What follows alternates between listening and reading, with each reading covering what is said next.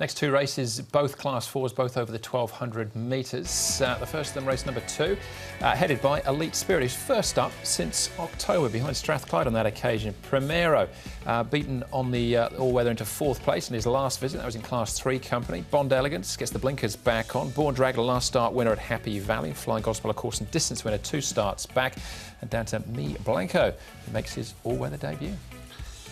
All right, 1,200 metres, good to fast. Happy Star is a horse that's led all the way in a trial on this surface leading into this race. We know Born Dragon's an on pace and has probably done his best racing overall on this surface and was a winner last start. So they could battle out the speed. It's going to make it difficult for Flying Godspell out there and Bond Elegance potentially as well, but solid pace expected.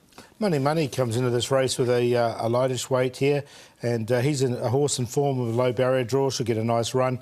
And he is coming onto the surface, back onto this particular surface. He's had 5 starts on it, so he knows the surface well. I thought Rochford wasn't a bad run from him. His best run has been on this surface a long time ago now. He'll be a massive price, but his track work seems to be picking up a little bit. He is getting down bottom of the weights as well.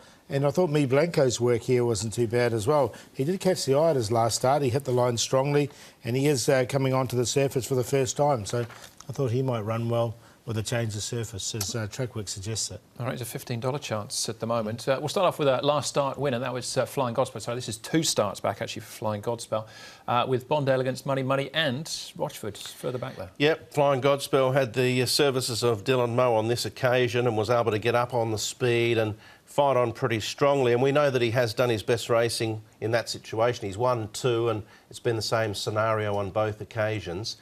I just wonder, with all that pace we looked at in the speed map, whether or not he can cross. If he steps faultlessly out of the gates, I'm sure he'll be pursuing the rail, but whether he can get there, I'm not sure. Yeah, that was the question I had with him and also Bond Elegance. I mean, they both could be potentially trapped wide. All right, we'll move on to another winner. That was Born Dragon. This is at Happy Valley, of course. Went around at a double-figure price.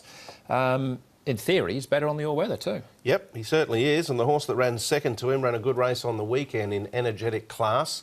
So he certainly has to be considered. Only £5 more, drawn barrier number 1. So you think he's got a few ticks and favours there. He should get a nice run, shouldn't he? And if he can reproduce that, then he'll be right in this. He might be able to just let Happy Star and Flying Godspell, if they want to, just cross over and he can sit on their back with no petrol ticket spent. All right, well, speaking of Happy Star, let's have a look at him.